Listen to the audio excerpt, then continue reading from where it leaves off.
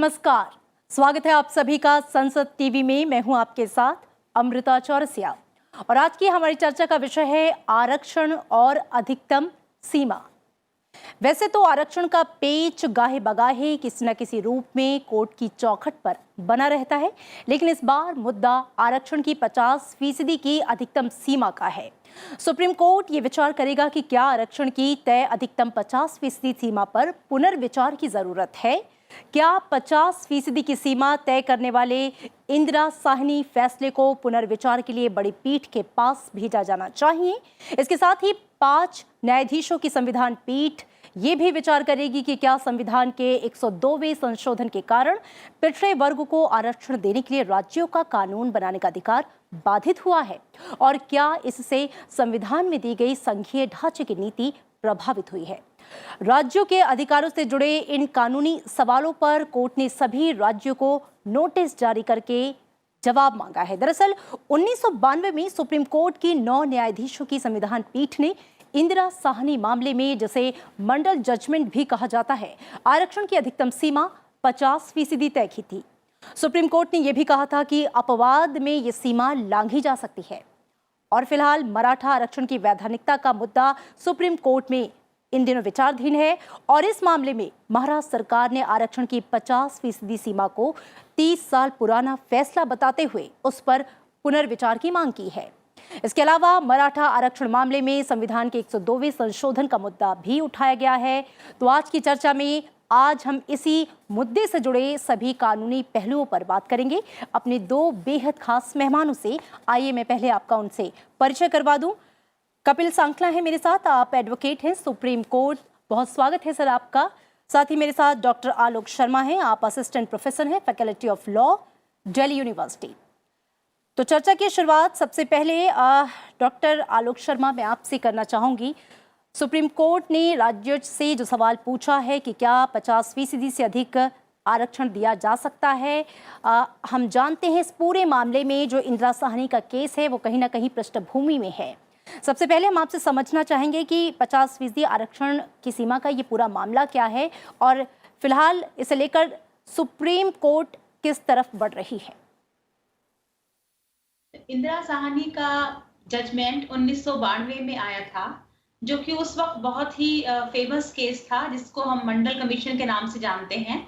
वो Indira Sahni versus union of India case था जी। और उसमें ये मुद्दा उठा था कि अगर हम आरक्षण, क्योंकि हमारे संविधान में आरक्षण का प्रावधान है, तो अगर हम आरक्षण करते हैं तो कितना आरक्षण सरकार कर सकती है, एजुकेशन इंस्टीट्यूशंस में भी और नौकरी में भी कर सकती है। तो बात ये थी कि कई राज्यों ने अपने यहाँ पर आरक्षण की सीमा काफी बढ़ा दी थी।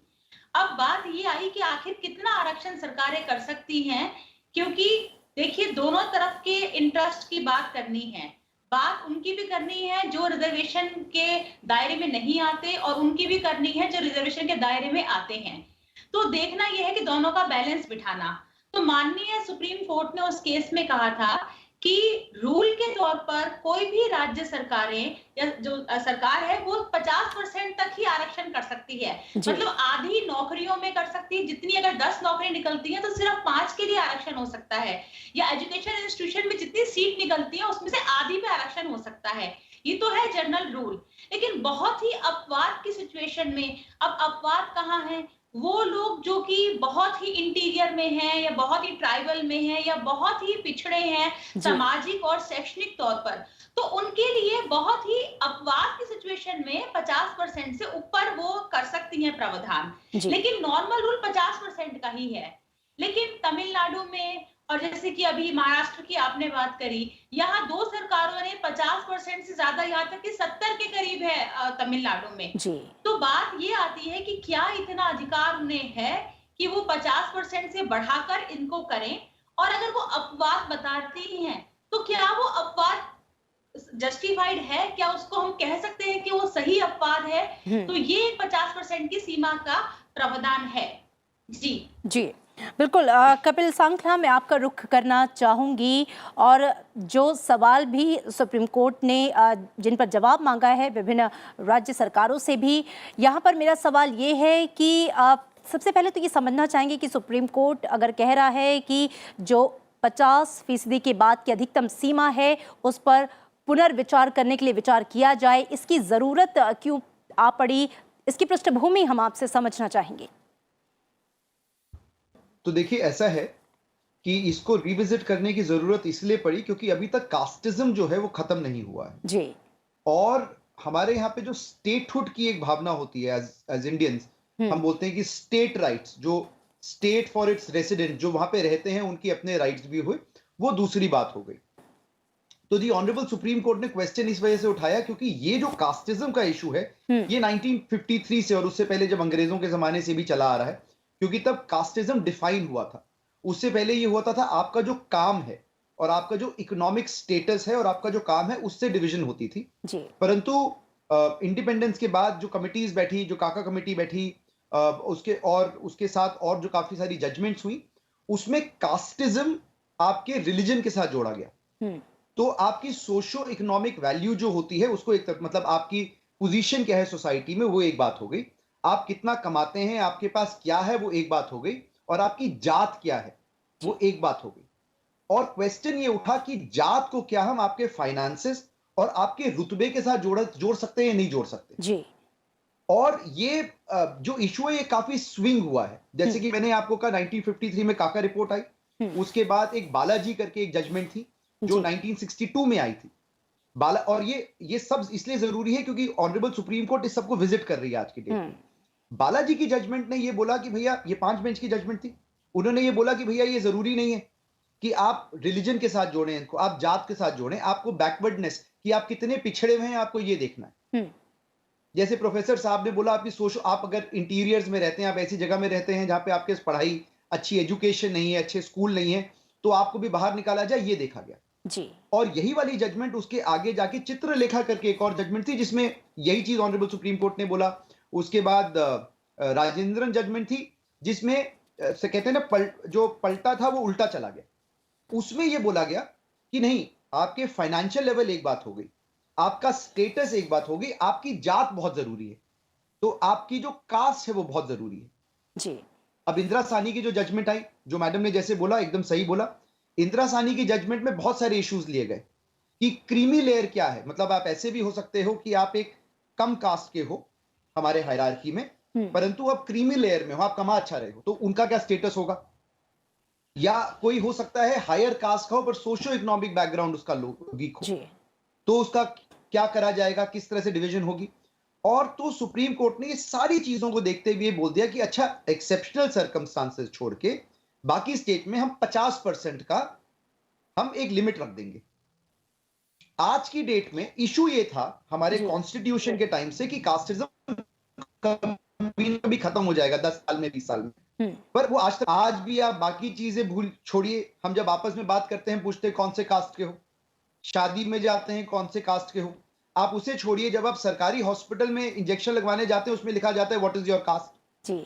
तो जब कास्टिज्म खत्म नहीं हुआ तो ऑनरेबल सुप्रीम कोर्ट ये कह रही है कि क्या हमें इस चीज को रिविजिट करना है, क्योंकि अब तक तो इसको झाड़ू मार के साफ कर देना चाहिए था, सारे लोग एक बराबर आ जाने चाहिए थे, इक्वालिटी जो कॉन्स्टिट्यूशन कहती थी। तो इस वजह से इन इश्यूज को फिर से रिविजिट करा जा रहा है। जी जी, बेहद समझाया आपने अच्छे तरीके से कि किस तरीके से इसे रिविजिट करने की जो है वो ज़रूरत पड़ी।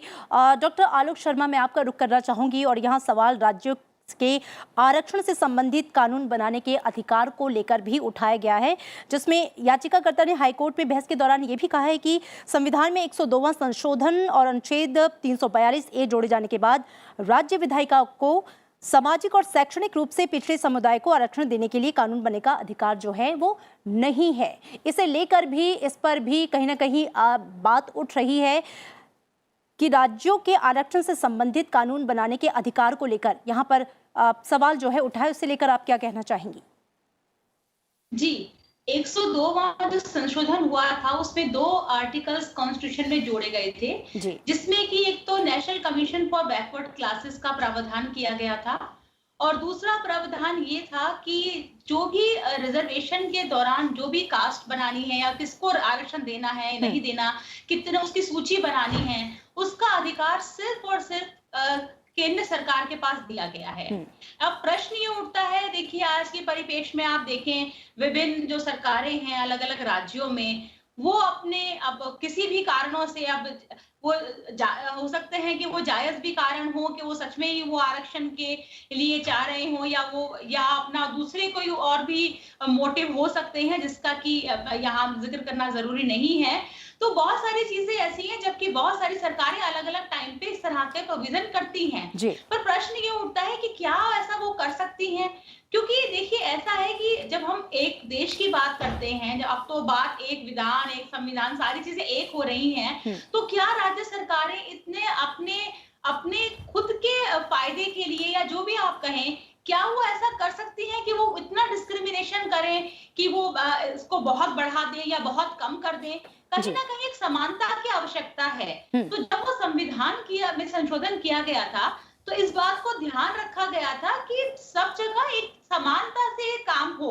तो सरकारें उस दायरे के अंदर ही उन कास्टों को रिविजिट करें कि, क्योंकि देखिए जैसे बात की है क्रीमी लेयर की, जी। मेरा पूरा मानना यह है कि हमें आरक्षण की जरूरत आगे पड़ती ही नहीं अगर हमने क्रीमी लेयर वाले प्रोविजन को लागू किया होता। जी। इंदिरा साहनी की हम सारी बातें मानते हैं, मंडल कमीशन के नाम से हमने सारी चीजें की, लेकिन हम वो कब क्रीमी लेयर का प्रोविजन हम कब करेंगे कि जब कोई आरक्षण लेने के बाद एक अच्छी स्थिति में आता है और वो अच्छा अपने बच्चों को पढ़ा सकता है, उसकी आमदनी अच्छी है, उसका स्टेटस अच्छा है और वो इतने अच्छा पढ़ा सकता है अपने बच्चों को, क्यों नहीं हम उसको बाहर उसके कर देते रिजर्वेशन से और जी। बाकी लोगों को मौका मिले।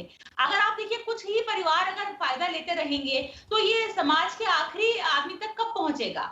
तो क्रीमी लेयर का इम्प्लीमेंटेशन बहुत जरूरी है। अगर वो हो तो आगे आरक्षण की जरूरत ही नहीं है, मेरा ऐसा मानना है। जी, बिल्कुल। जी। बिल्कुल, आपकी इसी मत के साथ मैं कपिल श्रृंखला जी आपका रुख करना चाहूँगी। जो बात डॉक्टर आलोक शर्मा ने कही, कितने सहमत हैं आप उससे? और इसी के साथ जो मेरा पहला वाला सवाल था 102वें संशोधन को लेकर, जो राज्यों के अधिकार को कहीं न कहीं सीमित कर रहा है, यहाँ पर बात अनुच्छेद 15(4) और अनुच्छेद 16(4) को लेकर भी उठ रही है। इसे लेकर आपका क्या वर्जन? देखिए ऐसा है कि हमारे कॉन्स्टिट्यूशन ने ये कह रखा है कि इक्वल अपॉर्चुनिटी सबको मिलेगी, जितने हिंदुस्तानी हैं, जितने इंडियंस हैं, सबको इक्वल अपॉर्चुनिटी मिलेगी, लेवल प्लेइंग फील्ड होगा। जी। और उसके बाद ये भी बोल रखा है कि स्टेट्स के पास पावर होती है अपने अपने जो वहां के रेसिडेंट्स हैं उनके लिए स्पेशल लॉज बनाने के लिए, रिजर्वेशन बनाने के लिए। और उसके बाद एक क्वेश्चन उठा कि सिर्फ सेंट्रल गवर्नमेंट के पास होनी चाहिए पावर, डिसेंट्रलाइज कर लिया गया। जी। क्या ये ठीक है? मेरी नजर में ये बहुत ठीक है। मेरी नजर में अलग अलग स्टेट्स को पॉलिटिकल कंपल्शन की वजह से, और मैं बहुत ही ध्यान से ये बात कह रहा हूं, पॉलिटिकल कंपल्शन की वजह से जो रिजर्वेशन को मिसयूज करा जाता है वो एकदम गलत है, क्योंकि उसमें ना जेन्युइनली जो रिजर्व कैटेगरी है उनको फायदा मिलता है, ना ही जो अपर कास्ट है उनको फायदा मिलता है, ना ही क्रीमी लेयर को फायदा मिलता है। फायदा किसी को नहीं मिलता, सिर्फ वोट बैंक पॉलिटिक्स। जी। तो ये अनफॉर्चुनेट बात है, क्योंकि ये जो सिस्टम बना, ये सही है गलत है एक अलग बात है, रिजर्वेशन सही है गलत है ये एक अलग विषय है, पर इसका जो फायदा है वो पॉलिटिकल मोटिव्स के लिए ना हो, वो जेन्युइन रीजन से ले हो, ये बहुत जरूरी है। और जहां तक कि ये क्वेश्चन, तो प्रोसेस क्या होना चाहिए मेरे हिसाब से? एक रिप्रेजेंटेशन होनी चाहिए स्टेट गवर्नमेंट की सेंट्रल गवर्नमेंट को, और एक तरह से जैसे कमीशन ऑफ इंक्वायरी, जब स्टेट और सेंटर के बीच में डिस्प्यूट होता है तो आप दो तरीके से जा सकते हो। एक होता है कमीशन ऑफ इंक्वायरी बैठती है, कमीशन ऑफ इंक्वायरी डिसाइड करती है कि स्टेट सही है या सेंटर सही है, या आप सुप्रीम कोर्ट लेकर जाते हो। तो ये तरीका जायज है कि अगर क्वेश्चन आप ऐसे करो, आप अपनी मनमर्जी ना करो, ये यहां पे हो रहा है, क्योंकि मनमर्जी का एक बहुत खतरनाक रिजल्ट भी होगा। आज महाराष्ट्र ने कर दिया, कल महाराष्ट्र के आसपास के स्टेट ने बोल दिया महाराष्ट्र वालों को हम नहीं देंगे, बाकी अपने लोगों को देंगे। तो कहीं ना कहीं वो ये जो तराजू है ये बैलेंस आउट तो कर जाएगा, पर नुकसान सिटीजन्स को होगा जी। ये पहली बात हो गई। और दूसरी बात जल्दी से कहूंगा कि जहां तक क्रीमी लेयर की बात है, मैं डॉक्टर साहब से एकदम सहमत हूं कि जो क्रीमी लेयर होती है उसको हटा देनी चाहिए, पर मेरा एक क्वेश्चन और है कि हम कास्टिज्म को पर से कब हटाएंगे हिंदुस्तान से? क्योंकि जो हिंदुस्तान है ये हम सोने की चिड़िया बोलते हैं बड़े कॉन्फिडेंट है, वी आर प्राउड नेशनलिस्ट, हम बड़े खुशी से बोलते हैं, स्पेशली अब कुछ सालों में हम बड़े गर्व से बोलते हैं कि हम इंडियंस हैं। क्वेश्चन सिर्फ ये होता है कि हमें इतनी दरारें हैं, हिंदुइज्म अगर आप बोलते हैं इतनी दरारें हैं, क्योंकि आप एक कास्ट में भी 10 सब कास्ट हो जाती हैं जी। तो ये जो डिवीजन है इसका फायदा बाहर वाले लेते हैं। तो मेरे हिसाब से हमें कुछ ऐसा करना चाहिए कि हम कास्टिज्म ही हटा दें, और जब तक वो नहीं होगा तब तक इस तरह की लड़ाइयां चलती रहेंगी। ये मेरा पर्सनल व्यू है जी। बिल्कुल। डॉक्टर आलोक, मैं आपका रुख करना चाहूँगी। और सुप्रीम कोर्ट ने जो 6 सवाल कहीं ना कहीं राज्य सरकारों से पूछे हैं, उनका मत जाना है, उस पर आपकी क्या राय है? जिसमें ये भी एक सवाल है कि क्या संविधान का अनुच्छेद 342A संविधान में दिए गए संघीय ढांचे की नीति को प्रभावित करता है। इसके अलावा और भी तमाम सवाल हैं। उसमें 102वें संशोधन का भी जिक्र है, साथ ही अधिकतम सीमा जो है रिजर्वेशन की, उसको लेकर भी सरकारों का मत मांगा गया है। जी, जहां तक मेरा मत है इस केस के विषय में, इस केस में जहां तक बात है कि आर्टिकल 340A को चैलेंज किया है, वो सरकारें इसलिए चैलेंज कर रही हैं क्योंकि उनके पास अभी वो अधिकार नहीं है जहां की वो अपने हिसाब से अपने पॉलिटिकल मोटिव्स के लिए, या जैसे कपिल जी ने कहा अपने वोट बैंक पॉलिटिक्स के लिए, या कुछ भी ऐसे कारणों से जो संविधान में नहीं है या जो समाज के हित में नहीं है, ऐसी चीजों को लेकर अगर वो कानून बनाए तो उससे समाज में विघटन ही होगा, उसमें कोई समानता नहीं होगी। इसीलिए वो चैलेंज मुझे लगता है, जैसे बिल्कुल कपिल जी ने कहा, मैं सहमत हूं उससे, कि एक रिप्रेजेंटेशन अपना बना के, एक बिल बना के भेज सकते हैं जिसपे की चर्चा की जा सकती है। अगर सारे ही राज्य अपने हिसाब से बनाने लगे तो फिर हमारा यूनिटरी स्ट्रक्चर रह ही कहां जाएगा। हम बात फेडरल स्ट्रक्चर की कर रहे हैं, तो अगर सभी अपने हिसाब से बनाएंगे तो समानता रह नहीं जाएगी। हाँ, ये जरूर है कुछ कास्ट का, कुछ जैसे कुछ वर्ग हैं किसी पर्टिकुलर राज्य में, वो स्पेसिफिकली अगर वहां रहते हैं, जैसे मैंने कहा अपवाद हो सकते हैं, उस स्थिति में वो अपना बना के भेजें और वो जस्टिफाइड रहेगा। कमीशन है, national commission for backward classes, उससे वो करवा कर रिव्यू फिर भेज सकते हैं। तो एक तो बात ये है कि मैं इसके फेवर में बिल्कुल भी नहीं हूँ। राज्य तो नेचुरली वो जवाब यही देंगे कि भाई हमें अधिकार मिलना चाहिए, क्योंकि उनके और अल्टीरियर मोटिव्स भी हैं। लेकिन इससे हमारे समाज में फेडरल स्ट्रक्चर जो यूनिटरी फॉर्म में है उसको फर्क पड़ेगा। दूसरी चीजें, जब आपने जैसे आपने कहा कि क्या सीमा, तो सीमा तो मुझे लगता है कि 50% पहले ही अगर हम देखें आज के परिवेश में तो अधिक है। उससे अधिक करना तो मुझे लगता है कि कहीं ना कहीं आप समाज में सारे बैलेंस को बिगाड़ रहे हैं। अब 50% पर ही इतना समय लगा लोगों को ये एडजस्ट करने में। और जहां तक बात है क्रीमी लेयर की, मेरा मानना है अगर आप क्रीमी लेयर में एक्सक्लूड करते हैं रिजर्वेशन को, तो समाज के आखिरी इंसान तक ये पहुंचेगा और उसके बाद हम कास्ट भी हटा सकते हैं। शुरुआत हमें करनी होगी क्रीमी लेयर से, जो रिजर्वेशन कैटेगरीज है उन्हें हटाने की। और मुझे लगता है इसके लिए समझाना भी जरूरी है। क्यों नहीं वो खुद ही स्वयं आगे आए और कहें कि भाई आज हम अगर ब्यूरोक्रेसी में ऊंचे पद पर बैठे हैं, आज हम प्रोफेसर हैं, या आज हम इतने बड़े डॉक्टर हैं, तो आज हमें जरूरत नहीं है रिजर्वेशन की। हमारे बच्चे अच्छी जगह पढ़ रहे हैं, हम अच्छे माहौल में अपने बच्चों को पढ़ा रहे हैं, समाज में हमारा एक ओहदा है, तो क्यों नहीं हमारे जो और भाई हैं जिनको कि अभी तक ये फैसिलिटी नहीं मिली है, उनके बच्चों तक ये पहुंचे। तो शुरुआत मुझे करता है कि क्रीमी लेयर के हमें उनके खुद से आगे आने से सेंसिटाइजेशन कुछ ऐसा करना चाहिए, और उसके बाद हम कहीं ना कहीं कास्टिज्म को ही रिमूव करने की बात करें। लेकिन कास्टिज्म को रिमूव करना इतना सरल नहीं है, और मुझे लगता है कि इसके लिए समाज में अवेयरनेस की बहुत जरूरत है। तो अगर लोगों को खुद ही आगे आना चाहिए कि भाई हमारे भाई बहन जो और हैं, जरूरतमंद हैं, वो लें। साथ में जैसे बात हुई है सोशो इकोनॉमिकली, कास्ट की बात नहीं है, लेकिन अब सरकार ने जो इकोनॉमिकली बैकवर्ड है, जो अपर कास्ट के लोग हैं, सो कॉल्ड अपर कास्ट के लोग हैं, और वो कहीं ना कहीं इकोनॉमिकली पीछे हैं, उनके लिए भी 10% का कर दिया है प्रावधान। तो मुझे लगता है कि इस तरह के प्रावधान को हमें ज्यादा करना चाहिए, क्योंकि उसमें सारे लोग समान हैं, उसमें धर्म भी आएगा, जाति भी आएगी, सारी चीजें आकर हम इकोनॉमिक और एजुकेशनली बैकवर्ड के ग्राउंड पे हम करें तो वो बेहतर रहेगा। लेकिन हाँ, कास्ट के लिए हमें उस समाज से लोगों को आगे आना होगा, वो ज्यादा जरूरी है। बिल्कुल, ये अवेयरनेस लोगों में हो कहीं ना कहीं। कपिल श्रृंखला जी, जो बातें डॉक्टर आलोक शर्मा, जिस पर उनका सबसे ज़्यादा जोर था कि क्रीमी लेयर से रिजर्वेशन कैटेगरी को हटाया जाए, बहुत सारी समस्याएं खुद ब खुद हल हो जाएंगी। कितना इम्पोर्टेंट मानते हैं आप इस पॉइंट को?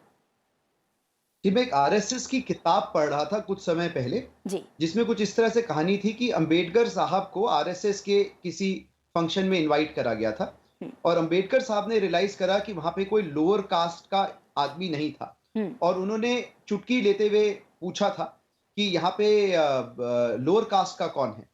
तो इट सीम्स कि जो आरएसएस के कर्ता धर्ता थे, उन्होंने ये कहा था कि जब मैं वही संभाल रहा होता हूँ कि कितने पैसे आए तो मैं बनिया होता हूँ, जब मैं लोगों को पढ़ा रहा होता हूँ मैं ब्राह्मण होता हूँ, जब मैं खाना जब लोग खा ले जब मैं खाना बना रहा होता हूँ तो मैं फला-फला होता हूँ, जब मैं जी। पत्तल उठा रहा होता हूँ, तो मैं शूद्र होता हूँ, तो मैं सब कुछ हूँ, मैं एक हिंदुस्तानी हूँ, कुछ इस तरह से स्टोरी थी। तो मैं बड़ा इस बात से इंस्पायर्ड हुआ था कि बहुत ही अच्छा जवाब था। जी। और कुछ पढ़ने के बाद अगर मैं दोनों चीज़ों को देखूँ तो मुझे ये लगता है कि जहाँ तक कि क्रीमी लेयर की बात है, और मैंने कुछ किताब पढ़ी थी किसी की जो लोअर कास्ट के थे, उन्होंने किताब लिखा था why am I still a Dalit if I am not wrong, कुछ इस तरह से किताब का नाम था। और उन्होंने ये जस्टिफाई करा था कि मैं बहुत अच्छा कर रही हूँ और मैंने बहुत जर्नलिस्ट थी, मैंने हुँ। न्यूयॉर्क में मैंने बहुत अच्छा करा, बट अभी भी जब मुझसे कोई पूछता है, कोई इंडियन पूछता है कि आपकी कास्ट क्या है, मुझे थोड़ी सी ऐसे दबाव होती है। I feel insulted, I feel sad, मुझे दुख होता है। तो ये बात मैंने जब सोची, तो मैंने ये रियलाइज करा कि भैया बात तो सही है कि आप कितने भी ऊपर पहुंच जाओ, अगर आपसे कोई कास्ट पूछेगा तो आपको कैसे लगेगा कि मैं जाट हूं, तो अच्छा भैया जाट क्या होते हैं, मैं गुजर हूं भैया गुजर क्या होते हैं। इट्स समहाउ अनफॉर्चुनेट जो जी। मुझे लगता है, क्योंकि हम अगर मैं बोलूं मैं इंडियन हूं या मैं हिंदू, मैं बहुत खुश होऊंगा, मैं बड़े गर्व से कहता हूं कि मैं हिंदू, ठीक है ना। तो अब ये आंसर हुआ आपका ईडब्ल्यूएस कैटेगरी के बारे में या क्रीमी लेयर के बारे में, जी। कि अगर आप वापस जो हमारी हिंदुइज्म थी, जो एक्चुअल हिंदुइज्म थी, उसमें आपकी कास्ट आपके काम से डिसाइड होती है। और ये बड़ा कंट्रोवर्शियल टॉपिक है कि एक शेड्यूल कास्ट अगर पढ़ा रहा है तो वो ब्राह्मण क्यों नहीं है, और अगर एक ब्राह्मण दुकान में बैठा हुआ है तो वो बानिया क्यों नहीं है या नहीं है। जी। आप अपने पिताजी के नाम से जाने जाते हो, अपनी माता जी के नाम से नहीं जाने जाते हो, ये आपकी कास्टिज्म है। तो ये तो अनफॉर्चुनेट बात होगी ना, यही तो डिविजन हुई हैं। जी, तो ज़ाहिर जब बात हम है। इस बात को एक्सेप्ट कर लेंगे कि आपका सरनेम, आपके पिताजी का सरनेम ये नहीं डिसाइड करता कि आपका ओहदा क्या है, और आपका काम, आपकी नॉलेज, आपकी हार्डवर्क और आपका दिमाग करता है, तो हम आज से एक बहुत ही हाई लेवल, एक सुपरामेंटल लेवल में पहुंच जाएंगे एज जी। Indians, as a country, as India. जी। तो क्रीमी लेयर की बात जब आप बोलेंगे तो कंट्रोवर्शियल है, मगर अगर आप ये सोचेंगे कि आपका काम जस्टिफाई करेगा आप क्या हो, जी। तो अपने आप एक शेड्यूल कास्ट जो है, वो अगर एक हायर लेवल में कुछ कर रहा है, वो जूते तो नहीं बना रहे होंगे, हुँ। वो कुछ अच्छी काम कर रहे होंगे, तो जिस काम को कर रहे हैं उस काम से उनकी जात डिसाइड होगी। तो जी। आपने कास्टिज्म को ढो डाला और आपने इंडियननेस को आगे बढ़ाया, ये मेरा मानना है। जी। जी, बिल्कुल डॉक्टर आलोक शर्मा, जो बातें कपिल श्रृंखला जी ने कहीं उससे कितना एग्री कर रही हैं आप? और कहीं न कहीं एक आइडियलिस्टिक है कि जो आप अपने काम से पहचाने जाएँ, ना कि अपनी कास्ट से। किस तरह की चुनौतियाँ आप देख रही हैं? क्योंकि हम देख रहे हैं कि जो आरक्षण का मुद्दा है, और बहुत सारे जो राज्य हैं वो तो उन्होंने कोई सीमा ही निर्धारित नहीं कर रखी है, जिस आपने भी उदाहरण दिया तमिलनाडु का, महाराष्ट्र में भी जो हुआ। तो इस तरीके से तो सही बात है, बैलेंस तो बहुत बुरी तरह से बिगड़ेगा, और उसके बाद डिफरेंस भी जो हैं वो क्रिएट होंगे, और शायद यही वजह है कि सुप्रीम कोर्ट अब इसे रिविजिट करना भी चाहती है। जी, जहाँ तक बात है कपिल जी की बात की, मैं पूरी तरह सहमत हूँ। जब हमारा समाज हम एंशिएंट देखते हैं पुराने ज़माने में, तो ये वर्ण व्यवस्था थी, जात व्यवस्था थी ही नहीं। वर्ण व्यवस्था में ये है कि आप अपने काम से जाने जाते हैं, अगर आप पढ़ाते हैं तो आप ब्राह्मण हैं, हुँ। अगर आप कुछ सामान बेच रहे हैं या व्यापार कर रहे हैं तो आप बनिया हैं, इसी तरह से था। और कभी भी उसका बच्चा वो बनेगा उसका ऐसा वो नहीं था। बच्चा अगर ब्राह्मण जो पढ़ा रहा है उसका बच्चा अगर सामान व्यापार कर रहा है तो वो फिर बनिया में चला जाता था। ये तो थी एक्चुअल व्यवस्था, वर्ण व्यवस्था। लेकिन जब आप देखिए मेडिवल पीरियड के बाद, मध्यकालीन युग के बाद उसमें इतना गिरावट आई कि धीरे-धीरे हम वो ना कुरीतियों की तरफ बढ़ गए, जी। और हिंदू समाज ने वो वर्ण व्यवस्था छोड़कर ये जाति व्यवस्था एक नई बना ली, जहां पर आप जन्म से आपका नाम ये तय करने लगा कि आप कौन सी जाति में हैं। आप ये पूछा ही नहीं जाता कि आप काम क्या कर रहे हैं। अगर कोई ब्राह्मण जाति में पैदा होकर उसका पिता अगर ब्राह्मण है जो कि अपने वर्ण से रहे, लेकिन वो चाहे व्यापार कर रहा है, वो आज भी ब्राह्मण है।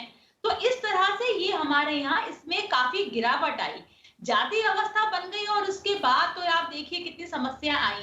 आरक्षण का 10 साल देने का सिर्फ प्रावधान यही था कि वो जो लोग जो जातियों के नाम पर जिन्हें दबाया गया है, जिन्हें पिछड़ा किया गया है, उनको हम कुछ एजुकेशन में फायदा दें ताकि वो आगे नौकरियों में आए, और एक टाइम के बाद समाज हमारा 10 साल में बराबर हो जाए। तो 10 साल के लिए ये प्रावधान किया गया था, लेकिन हमने क्या किया, 10 साल तक तो वो पहुंचे ही नहीं। साथ में उसके बाद धीरे-धीरे, क्योंकि हमने इस तरह से हमारी पॉलिसी नहीं बनी पुरानी सरकारों में कि जो आखिर के आदमी तक उसका फायदा पहुंचाए, कैसे एजुकेशन एजुकेशन। अब आप आरक्षण नौकरियों में बात करते हैं, जी। जब उसके पास एजुकेशन ही नहीं है रेक्विजिट उस पोस्ट के लिए, वो कहाँ से वो अप्लाई करेगा? यहीं पर फिर क्रीमी लेयर की बात आती है, क्योंकि जिनके माँ बापों ने पहले बेनिफिट लिया, वो अच्छा पढ़ रहे हैं, अच्छी जगह पढ़ रहे हैं, अच्छी जगह नौकरी है, अच्छा पैसा है, उन्हीं के बच्चे फिर अच्छी एजुकेशन लेकर आ रहे हैं, आगे भी फिर नौकरियों में वही आएंगे। तो जो गांवों में, जो हमारे यूपी है, बिहार है और ऐसे प्रदेश, उड़ीसा है, जहां पर वो सच में बेचारे दबे कुचले हैं, उनको आरक्षण की सख्त जरूरत है, वहां तक तो पहुंचता ही नहीं, उन्हें तो आरक्षण का पता ही नहीं है। और जब अगर आप बात करेंगे कि क्रीमी लेयर हटा दें, तो उनको क्या पहुंचाया जाएगा कि भाई आरक्षण खत्म कर रहे हैं, ये सारा आपका फायदा खत्म कर रहे हैं। उन्हें पता ही नहीं है क्रीमी लेयर क्या है और हमारे अधिकार क्या हैं। जी। तो इसीलिए जागरूकता की बहुत ज्यादा जरूरत है उन लोगों के अंदर कि अगर क्रीमी लेयर, और मेरा ये मानना है कि अगर उस सेक्शन के लोग ही इसको आगे क्यों नहीं बढ़ते हैं, समाज में आज हम इतने डेवलप हो गए हैं, टेक्नोलॉजी इतनी ज्यादा है, क्यों नहीं वो लोग जो क्रीमी लेयर में बेनिफिट आज भी अपने बच्चों के ले रहे हैं, वो आगे आगे कहें कि नहीं हम इसको छोड़ रहे हैं। जब सीनियर सिटीजन अपना टिकट में या उसमें बेनिफिट छोड़ सकते हैं, जब आम मिडिल क्लास अपना एलपीजी में सब्सिडी छोड़ सकता है, तो क्यों नहीं क्रीमी लेयर में जो हमारे भाई बहन आते हैं, वो अपने ही दूसरे भाई बहनों के लिए जो जो सच में जिनको जरूरत है, कम से कम 10 साल चलाकर, मुझे लगता है कि एक सीमा के बाद ये खत्म होना चाहिए। समाज में सबकी बराबरी होना ही असली भारतीयता है। अगर हम समाज को जातियों में बांट रखेंगे और अगर हम सरनेम से पूछेंगे जी आपका नाम क्या है, आपका क्या है, तो वो मुझे नहीं लगता कि आरक्षण जिंदगी भर कभी चलता रहेगा, फॉरएवर, तब भी कुछ हो पाएगा। इसके लिए हमें सुप्रीम कोर्ट का, मुझे लगता है कि कुछ इस तरह से डायरेक्शन होनी चाहिए कि टाइम बाउंड तरीके से इसको कुछ करें, क्योंकि जो राज्य अपना जवाब देंगे वो देंगे, पर आखिरकार सुप्रीम कोर्ट को देना है। मुझे लगता है टाइम बाउंड तरीके में इम्प्लीमेंट भी होना चाहिए चीजों को। और आज जैसे काम हो रहे हैं समय के साथ, तो वो हो भी सकता है जी। ऐसा मुझे बिल्कुल लगता है। वक्त की कमी है, चूंकि माफ कीजिएगा डॉक्टर आलोक शर्मा, चूंकि अब कार्यक्रम को हमें यहाँ पे रैप करना होगा। कपिल जी, में जब हम आरक्षण और इसकी अधिकतम सीमा की बात कर रहे हैं, इसके इम्प्लीकेशंस की बात कर रहे हैं, अब चूंकि कार्यक्रम को रैप करना है, मैं आपसे आखिर में क्लोजिंग कॉमेंट चाहूंगी। देखिए, हम बड़े गर्व से कहते हैं जो हमारे प्राइम मिनिस्टर साहब हैं, वो चाय वाले थे, वो लोअर कास्ट के थे। ये मुझे मैटर ऑफ प्राइड नहीं लगता है जब ये लोग बोलते हैं। तो मेरी आखिरी वर्ड यही होगा कि आप जैसे बोला कि वर्ण आपके काम से जाने जाए, ना कि अपने जात से, और ये सबसे ज्यादा जरूरी है हिंदुस्तान को आगे ले जाने के लिए। जी जी, That's it. बहुत शुक्रिया आप दोनों खास मेहमानों का इस चर्चा में मेरे साथ शरीक होने के लिए। तो अब देखना है कि इस मुद्दे पर, इस ज्वलंत और संवेदनशील मुद्दे पर सुप्रीम कोर्ट अब जिस तरीके से आगे बढ़ी है, विचार ये भी हो रहा है कि इसे बड़ी पीठ के पास, बड़ी बेंच के पास भेजा जाए और पुनर्विचार के लिए। और बहुत सारे पॉइंट्स, बहुत सारे सवाल जिस पर सुप्रीम कोर्ट ने राज्यों से नोटिस भेजकर जवाब भी मांगा है, उनका मत मांगा है। देखना है आगे की राह क्या होती है। फिलहाल आज की चर्चा में इतना ही, दीजिए इजाजत, नमस्कार।